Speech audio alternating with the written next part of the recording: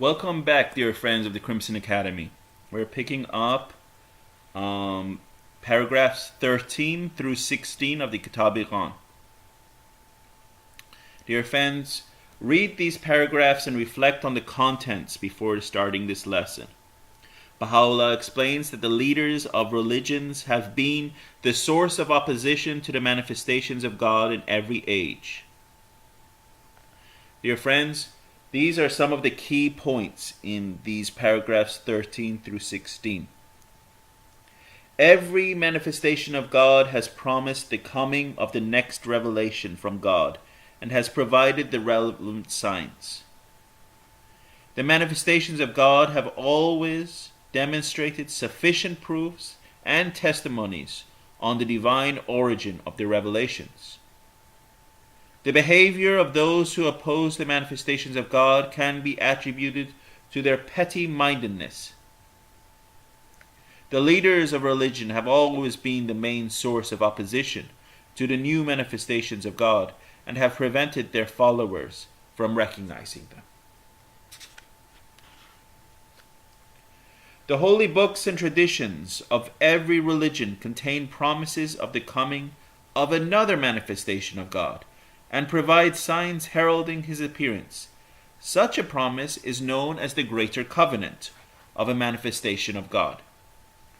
Paragraph 13 refers to the promises made by the previous prophets. There are many types of religious covenants, but the foundation of them all is the eternal covenant. This covenant is the recognition of and response to God through whomsoever he has manifested himself. Through the ages, the manifestations of God have been the perfect mirrors representing God in the physical world. A covenant in the religious sense is a binding agreement between God and man, whereby God requires of man certain behavior in return for which he guarantees certain blessings, or whereby he gives man certain bounties in return for which he takes from those who accept them an undertaking to behave in a certain way. That is from the Universal House of Justice in the compilation of Compilation, Volume 1 on the Covenant, page 111. In each religious dispensation, there are two very important covenants between the manifestations of God and their followers, described in the Baha'i writings as the Lesser Covenant and the Greater Covenant. The Lesser Covenant is made between a manifestation of God and his followers, according to which they will accept his appointed successor after him. If they do so, the faith can remain united and pure. If not, the faith becomes divided and its force spent. That is also from the House of Justice compilation, page 111 on the covenant. The Greater Covenant is made between a manifestation of God and his followers, promising that in the fullness of time a new manifestation will be sent, and taking from them the undertaking to accept him when this occurs. In paragraph 13, Baha'u'llah refers to the following verse of the Quran from Al-Baqarah the Cow. As oft as an apostle cometh unto you with that which your souls desire not, ye swell with pride, accusing some of being impostors and slaying others. This is from chapter 2, Quran, verse 87. This verse makes allusion to the Jews who did not accept Muhammad and rejected his invitation to follow him. They are reminded that whenever God sent them a prophet, they either rejected or slaughtered him. When Jesus Christ appeared among the Jews, the leaders of the Jews rejected him, accused him of breaking the laws in the Torah, such as the Sabbath, and finally crucified him.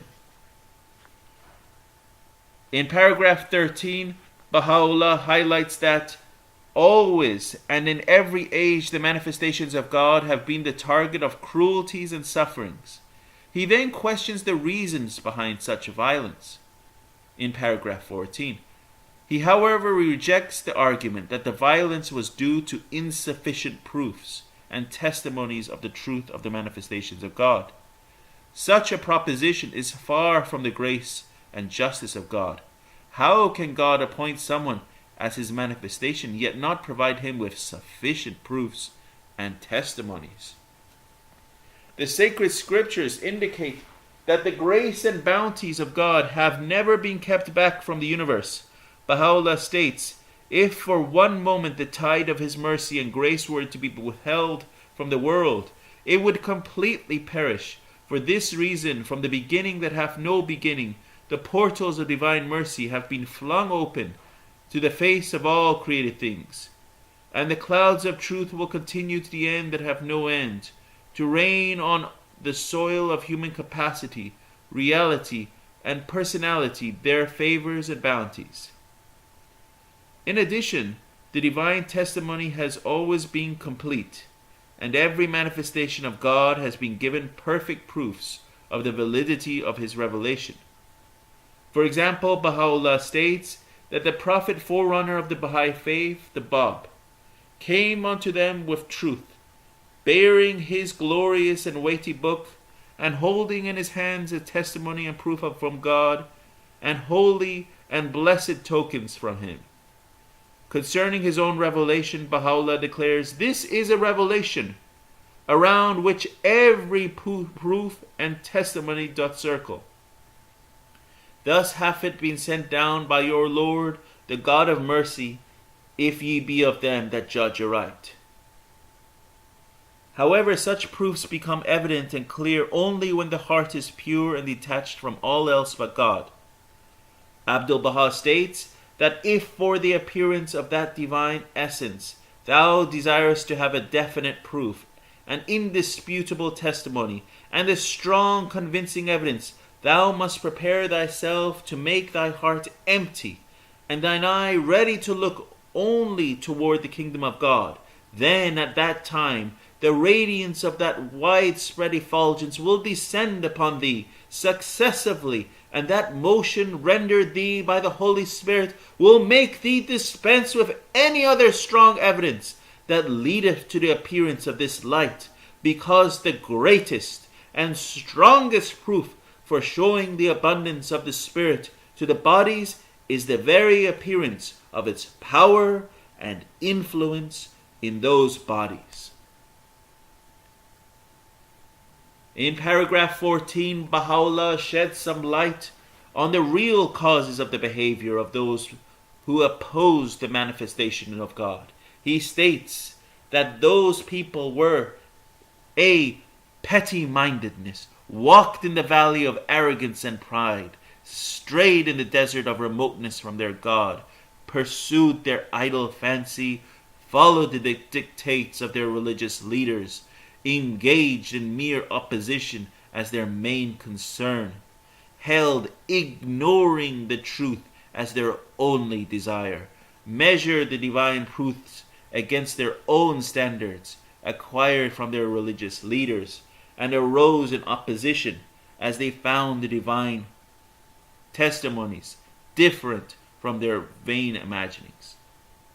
However, if they had observed the detachment, they would have not been deprived of recognizing the face of God. In paragraph 15, Baha'u'llah explicitly states that the leaders of religion in every age have deprived their followers of recognizing the manifestations of God. This was motivated by lust of leadership and want of knowledge and understanding. In every age, the religious leaders have used human understanding of the sacred writings as a standard to measure the validity of a new manifestation of God. Baha'u'llah has issued this warning to religious leaders: weigh not the book of God with such standards and sciences as are current amongst you, for the book of God itself is the unerring balance established amongst men. In this most perfect balance, whatsoever the peoples and kindreds of the earth possess must be weighed, while the measure of its weight should be tested according to its own standard, did ye but know it. Abdul-Baha further describes that whatever they comprehend from the text of the book, however, is that which their minds can understand, and not necessarily the truth of the matter. For the mind is like a balance, and the meanings contained in the text are like the objects to be weighed. If the balance is untrue, how can the weight be ascertained? According to Abdul-Baha, the chief cause of religious strife and discord has been the misrepresentation of religion by the religious leaders and teachers. He further highlights that true religion promotes the civilization and honor, the prosperity and prestige of people.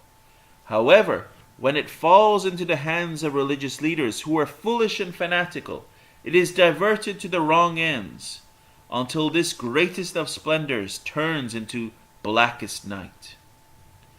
In paragraph 15, Baha'u'llah cites 3 verses from the Quran to illustrate how religious leaders have been the source of opposition in the past.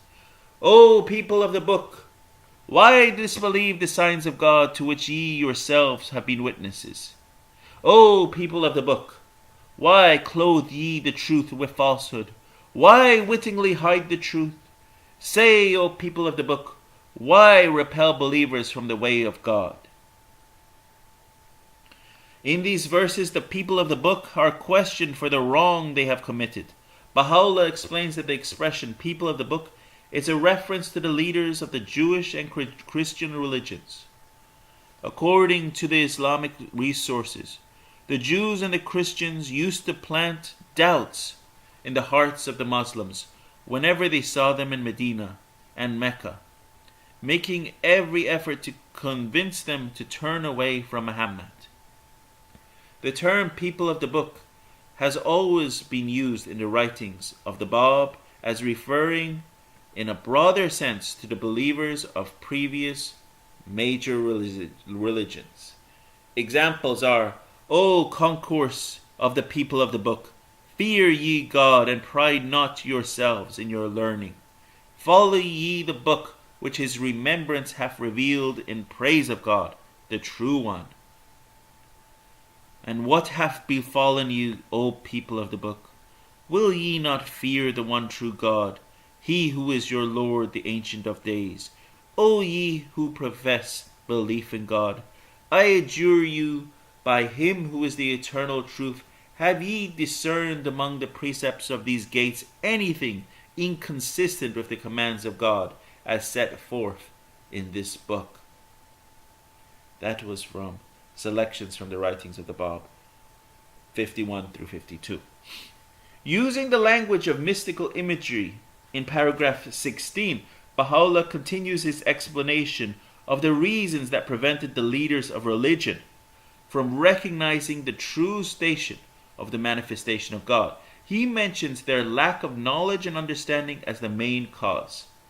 At the beginning of the paragraph, Baha'u'llah asked the reader to reflect on his knowledge and words with the unerring eye of God. The term eye of God has been referred to in other writings of Baha'u'llah. For example, in the Valley of Unity, in Baha'u'llah's mystical work, The Seven Valleys, the seeker hears with the ear of God, and beholdeth the mysteries of divine creation with the eye of God. The seeker will perceive within every atom a door that leadeth him to the stations of absolute certitude when gazing with the eye of God. In a tablet cited by Shoghi Effendi, in the Advent of Divine Justice, Baha'u'llah states, Verily I say, no one hath apprehended the root of this cause. It is incumbent upon everyone in this day to perceive with the eye of God and to hearken with his ear. Whoso beholdeth me with an eye besides mine own will never be able to know me. Shoghi Effendi has interpreted the term eye of God as the eye of the manifestation of God.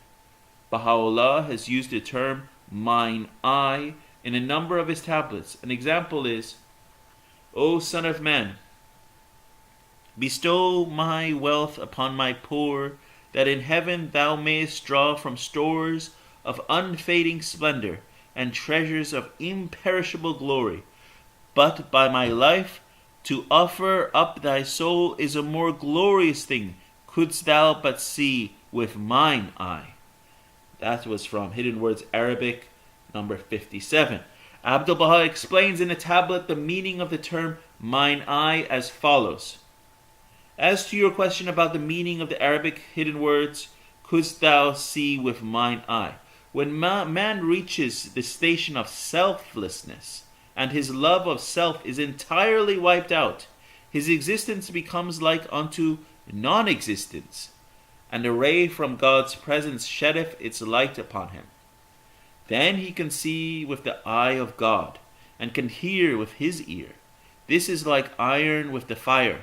The qualities of the iron, its coldness, darkness, and hardness, are concealed, and it manifests its heat, luminosity, and fluidity, which are the qualities of fire. And that is in Mr. Hooper Dunbar's book, Companion to the Study of the Kitab-i-Iqan, pages 87 through 88. Very good, friends. We'll take a break there.